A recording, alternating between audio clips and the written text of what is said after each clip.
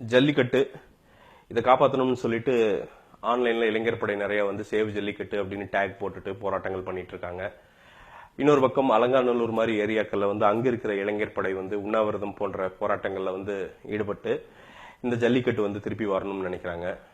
உண்மையாலுமே தமிழ் உணர்வுள்ள அரசியல்வாதிகள் வந்து தடையை மீறி ஜல்லிக்கட்டை நடத்தணும் அப்படின்னு வந்து குரல் கொடுத்துட்டு இருக்காங்க. ஏன் ஜல்லிக்கட்டை காப்பாற்றணும் அப்படிங்கிறதுக்கு கொஞ்சம் கொஞ்சம் எக்ஸ்பிளனேஷன்ஸ் தான் இருக்குது. அண்ட் இருந்த எக்ஸ்பிளனேஷனை வந்து நிறைய பேர்த்துக்கு கொண்டு சேர்க்க விடாதபடி வந்து நிறைய வேலைகள் வந்து நடந்துட்டு இருக்கு. அதங்காட்டிக்கு தான் வந்து இந்த வீடியோ. ஜல்லிக்கட்டை ஏன் காப்பாற்றணும் அப்படின்னா அது நம்மளுடைய விவசாயிகளுடைய சர்வைவலுக்கு டைரக்ட் லிங்க் இருக்கிறங்காட்டிக்கு தான் இதை வந்து நம்ம காப்பாற்றணும். இது பாரம்பரியமான விளையாட்டு இதெல்லாம் தாண்டி ஜல்லிக்கட்டு அப்படிங்கிற ஒரு விஷயம் இல்லை அப்படின்னா விவசாயிகளுடைய வருமானம் அப்படிங்கிறது வந்து வீழ்றதுக்கான மிகப்பெரிய வாய்ப்புகள் இருக்குது அப்படிங்கறதான் வந்து உண்மை. எப்படி விழுது அப்படின்னு பாத்தீங்கன்னா, இந்த கார்பரேட் நிறுவனங்கள் வந்து ஃபர்ஸ்ட் கோகோ கோலா, பெப்சி இதெல்லாம் வந்து அந்தந்த குளிர்பானங்களை வந்து வித்துட்டு இருந்துச்சு. ஒரு சர்டைன் பீரியட்ல வந்து அது விஷம் அப்படின்னு மக்களுக்கு தெரிஞ்சது. மக்கள் வந்து ஒதுக்க ஆரம்பிச்சாங்க. அப்பவும் வந்து பாத்தீங்கன்னா ரேட் எல்லாம் குறைச்சு புஷ் பண்ணாங்க. புது புது கிரிக்கெட்டரு, பெரிய செலிபிரிட்டிஸ் புஷ் பண்ணாங்க.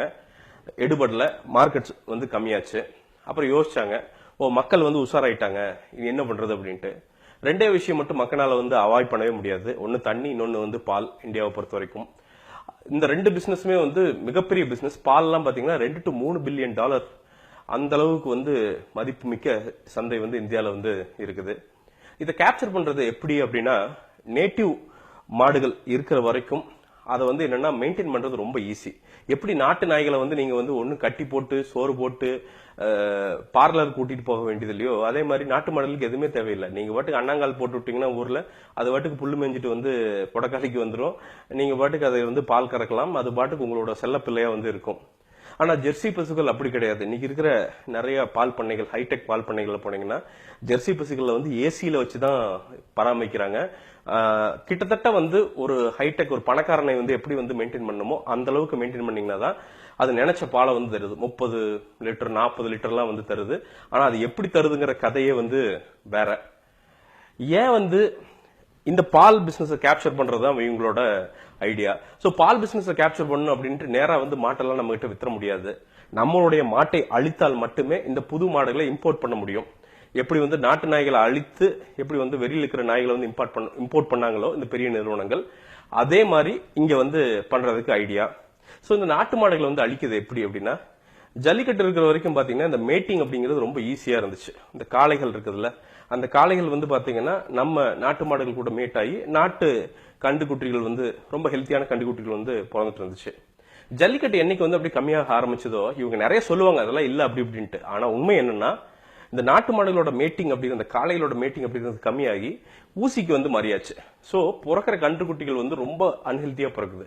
சரிங்க, அது எப்படி பிறந்தா எனக்கு என்ன அப்படின்னு கேட்டீங்கன்னா, என்ன ரிலேஷன் அப்படின்னா, நாட்டு மாடு எஸ்பெஷலா வந்து காங்கேயம், அந்த காளை சொல்றாங்க, காங்கேயம் பசு நிறைய பேர் பேச மாட்டாங்க. அந்த காங்கேயம் பசுவில் இருக்கிற அந்த பால் இருக்கு பாத்தீங்களா, 1 லிட்டர் வந்து நீங்க காங்கேயத்துல போய் நீங்க வாங்கினீங்கன்னா 85 ரூபாய்க்கு விற்கிறாங்க. சாதாரண பால் 40 லிட்டர் 40 ரூபா தான். ஏன் 85 ரூபா அப்படின்னா, அந்த பால் அப்படிங்கிறது நமக்கு டயாபெட்டிஸ் தராது. இந்த சுகர் வந்து வரவே வராது. அந்த தன்மை உள்ள பால் அது. மத்த எல்லா இந்த இம்போர்ட்டட் மாடுகளும் வந்து என்னன்னா நீங்க குடிச்சீங்கன்னா கண்டிப்பா ஒரு பாயிண்ட் ஆஃப் டைம்ல வந்து சுகர் வரும். என்ன பிரச்சனைனா, இதை ப்ரூவ் பண்றதுக்கு நமக்கு வந்து நம்ம பணபலமோ இன்னும் வந்து அதற்கான அரசியல் பலமோ வந்து இன்னும் வந்து நம்ம தமிழர்களுக்கு வரல. அதுதான் பிரச்சனை. இதை வச்சுக்கிட்டு தான் வந்து எப்படின்னா ரொம்ப இங்கிலீஷ் படிச்சவன்னு சொல்லுவான்னா அதெல்லாம் ஒண்ணும் கிடையாது அப்படின்னு சொல்லுவான். ஆனா உண்மை இதுதான். சோ நாட்டு மாடுகளை வைத்துட்டு இருக்கிற வரைக்கும் என்னன்னா அந்தந்த லோக்கல் எக்கானமி வந்து பிளரிஷ் ஆச்சு. ஒரே ஒரு மாடு வந்து வீட்டுக்கு இருந்தது அப்படின்னாலும் அது வந்து ஒரு தினம் வந்து 2 லிட்டர் கறந்தாலும் அந்த பாலை ஊத்தி அந்த குடும்பத்துக்கான வருமானம் அப்படிங்கிறது வந்து பெருகிட்டு இருந்துச்சு. இன்னைக்கு இந்த வெளியில இருந்து வர்ற பசுக்கள், இம்போர்ட்டட் பசுக்கள் வந்து வாங்குறதுக்கு வந்து ஒவ்வொருத்தருக்கு தான் வந்து கெப்பாசிட்டி இருக்கு. வாங்குறத விட மெயின்டைன் பண்றதுக்கு ரொம்ப குறைவானவர்களுக்கே வந்து கெப்பாசிட்டி இருக்கு. சோ என்ன ஆகுதுன்னா பெரிய கார்பரேட்ஸ் அதை மெயின்டைன் பண்றாங்க. சோ பால் இண்டஸ்ட்ரி மொத்தமே வந்து அந்த கார்பரேட்ஸுக்கு போகுது. ஆனால் இங்க மிகப்பெரிய முட்டுக்கட்டையா இருக்கிறது வட இந்தியால விட்டு கொடுத்துட்டாங்க. ஆனா தமிழகம் போன்ற சில மாநிலங்கள்ல மட்டும்தான் வந்து அதை விட்டு கொடுக்கல. இதை ஒட்டைக்கிறதுக்கு தான் வந்து இந்த ஜல்லிக்கட்டு நிறுத்தம். இந்த ஜல்லிக்கட்டை வந்து நிறுத்திட்டா இந்த காளைகள் வந்து மெதுவா வந்து அழியும். அதோட சேர்த்து கண்டிப்பா வந்து கண்டுகுட்டிகள் பிறக்கிறதும் வந்து அழிஞ்சு போயிடும். இன்னைக்கு காங்கேயத்துல போய் ஒரிஜினல் காங்கேயம் காளையை நீங்க பார்க்கலாம். காங்கேயம் பசுவை நீங்க கேட்டு பாருங்க. ரொம்ப ரொம்ப ரொம்ப கஷ்டம். அது வந்து பாத்தீங்கன்னா கொஞ்சமாவது அந்த கிராஸ் வந்து இருக்கும். ஒரிஜினல் காங்கேயம் பசு அப்படின்னா சொல்ல போனா 90% ஒரிஜினல் காங்கேயம் பசுக்களை கூட 15 லட்சம் ரூபாய்க்கு வாங்குறதுக்கு இன்னைக்கு ஆட்கள் வந்து ரெடி, அதுவும் பணக்காரர்கள். ஏன்னா அது வந்து தர்ற பால் அப்படி, அதை தன் பிள்ளை பேர பிள்ளைகளுக்கு எல்லாம் தரணும் அப்படின்னு வந்து இன்னைக்கு வந்து பெரிய ஹைடெக் ஆட்கள் வந்து நினைக்கிறாங்க. இதெல்லாம் வந்து வேலை இல்லாம நினைப்பாங்கன்னு நீங்க நினைக்கிறீங்களா? உண்மையாலுமே அந்த பாலுடைய மகத்துவம் வந்து அப்படி. சோ இதை அழியாமல் பாக்குறதுக்கு நம்ம என்ன பண்ண முடியும்? நாளைக்கு போயிட்டு வந்து ஜல்லிக்கட்டு வந்து வீர விளையாட்டுன்ட்டு போயிட்டு தடையை மீறி நடத்த முடியுமா? நடத்தலாமுங்க, ஒன்னும் அது வந்து ஒரு ஆப்ஷன் வச்சுக்கோங்களேன்.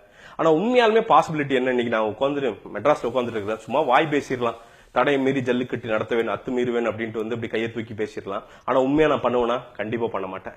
நான் என்ன மாதிரி நீங்க எல்லாரும் என்ன பண்ணலாம் அப்படின்னா, இந்த காளைகளை பராமரிப்பது, அதே மாதிரி காங்கேயம் பசுக்கள் எங்காவது இருந்தா அதை வாங்கி பராமரிக்கிற கிராமத்துக்காரர்கள் வந்து இன்னைக்கு வாங்குறதுக்கு கெப்பாசிட்டி இல்ல. ஒரிஜினல் காங்கேயம் பசுக்கள், ஒரிஜினல் மாடுகள் எல்லாம் பாத்தீங்கன்னா பெரிய பணக்காரர்கள் இன்னைக்கு போய் சேர்ந்துருச்சு, நம்ப மாட்டீங்க.